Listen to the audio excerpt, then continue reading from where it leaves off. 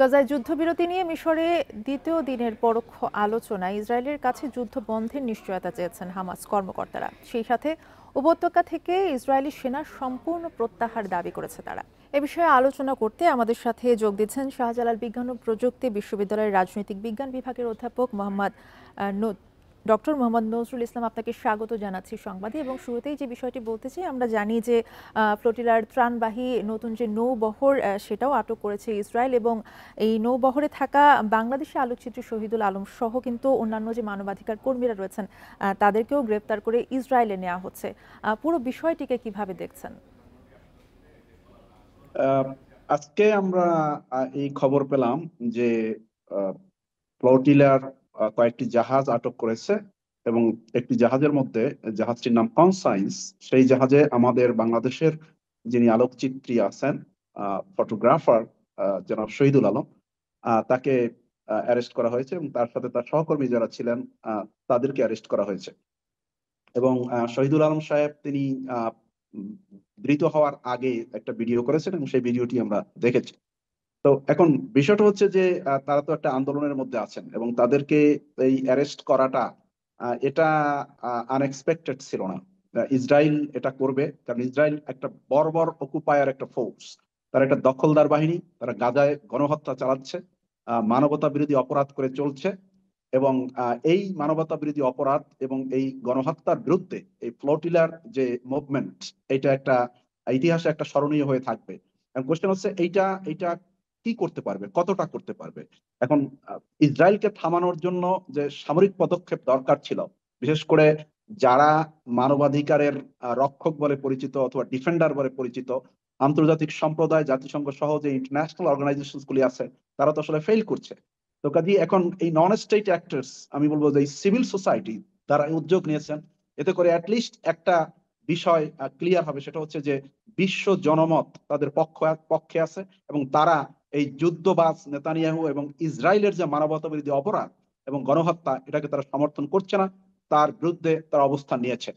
তো তাদের এই এই এই যে প্রচেষ্টা এবং তারা যে সেখানে মানবতা বিরোধী অপরাধ করছে, গণহত্যা চালাচ্ছে, সেটাও বিশ্বকে জানতে দিচ্ছে না।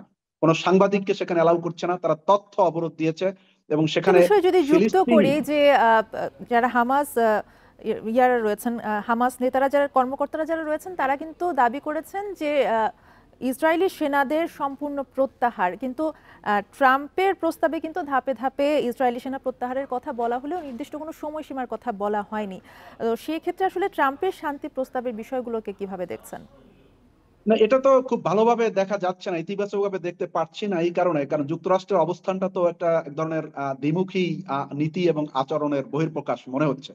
ডাবল স্ট্যান্ডার্ড এক ধরনের পলিসি। কারণ একদিকে তারা বলছেন যে যুদ্ধবিরতির কথা, তারা আলাপ আলোচনা করছেন, হামাসের সাথে ইসরায়েলের ডিল হচ্ছে, আবার অন্যদিকে তারা ফাইন্যান্স করছেন, তারা ফান্ড দিচ্ছেন হাজার হাজার ডলার, যাতে করে এই ডলার ইউজ করে তারপরে ইসরায়েল তারা এই গণহত্যা অথবা মানবতা বিরোধী অপরাধ তারা পরিচালনা করতে পারে। এক্ষেত্রে আমি আমার মনে হয় না যে যুক্তরাষ্ট্র যদি সত্যি সত্যি রিয়েলি তারা যদি চায় যে এই গণহত্যা বন্ধ করতে অথবা মানবতা বিরোধী অপরাধ বন্ধ করতে, তাহলে তাদের উচিত এইভাবে ডিপ্লোম্যাটিক কথা না বলে ইসরায়েলের উপরে চাপ সৃষ্টি করা এবং ইসরায়েলকে অব্যাহতভাবে, সক্রিয়ভাবে তারা যে সহযোগিতা করছে সেই সহযোগিতা বন্ধ করা। এবং এটা যদি যুক্তরাষ্ট্র চায় তাহলে এটা সম্ভব। যদি যুক্তরাষ্ট্র শুধু ডিপ্লোম্যাটিক এই যে ওয়ার্ডস সেটাই যদি শুধু ডেলিভার করে, তাহলে এই যুদ্ধ বন্ধ হবে না। আমরা চাই এবং সারা দুনিয়ার মানুষ চায় যে গণহত্যা চলছে, এই গণহত্যা বন্ধ করা দরকার এবং এক্ষেত্রে যুক্তরাষ্ট্রের অবস্থান থেকে যুক্তরাষ্ট্রের উচিত এইভাবে অব্যাহতভাবে সক্রিয়ভাবে সহযোগিতার পরিবর্তে বরং সেখানে যুদ্ধ বন্ধ করা এবং হামাসের সাথে অবশ্যই একটা ডিলে আসা। আর হামাস যে দাবি করছে যে তাদের থেকে, গাজা থেকে ইসরায়েলের বাহিনী প্রত্যাহার করা, সেটা তো যৌক্তিক দাবি। গাজায় কেন ইসরায়েলি বাহিনী থাকবে? গাজা তো গাজাবাসীদের জন্য। তো কাজেই সেখানে হামাসের এই দাবি যৌক্তিক এবং এই দাবি মেনে নিয়েই ইসরায়েলের উচিত সেখানে গণহত্যা বন্ধ করা। আর যদি যুক্তরাষ্ট্র সেখানে যদি ইসরায়েলকে এক্ষেত্রে সহযোগিতা অব্যাহত রাখে, তাহলে এটা যুক্তরাষ্ট্রের যে ক্রেডিবিলিটি আছে সেটা নষ্ট হয়ে যাবে এবং এটা যুক্তরাষ্ট্রের জন্য আমার মনে হয় না যে ভবিষ্যতের জন্য একটা ভালো কিছু বহন করবে। মিশরের আজকের আলোচনায় কিন্তু যোগ দেবেন যুক্তরাষ্ট্রের বিশেষ দূত স্টিভ উইটকফ এবং মার্কিন প্রেসিডেন্টের জামাতা জারেড কুশনার। কি সিদ্ধান্ত আসতে পারে বলে মনে করছেন? যুক্তরাষ্ট্র তো ইসরায়েল যা চাচ্ছে সেইভাবেই তো তারা তাদের যে পজিশনটা সেটা ব্যক্ত করছে, এবং তারা তো আহ, আমাদের কাছে মনে হচ্ছে যে যুক্তরাষ্ট্র ইসরায়েলের যে অবস্থানটাকে সমর্থন করেই তারপরে তারা এগোতে চাচ্ছে। মানে সেখানে তারা তৃতীয় পক্ষ, আমরা কখনো কখনো টনি ব্লেয়ারের কথা শুনেছি যে অন্য বাইরের একটা শক্তিকে সেখানে গাজার যে অ্যাডমিনিস্ট্রেশন বা নিয়ন্ত্রণ সেটা তারা দিতে যাচ্ছে। এটা তো হামাস মানবে না।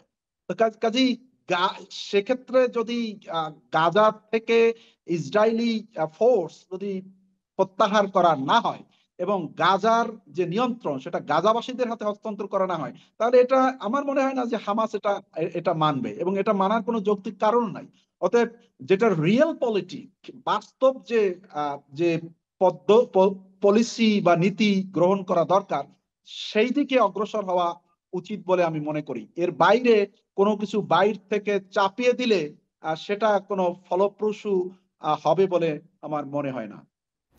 এবং আরেকটা বিষয় যদি যুক্ত করি, গাজায় যুদ্ধের 2 বছর উপলক্ষে কিন্তু নেতানিয়াহু বলেছেন যে মধ্যপ্রাচ্যের চেহারা বদলে দিয়েছে ইসরায়েল।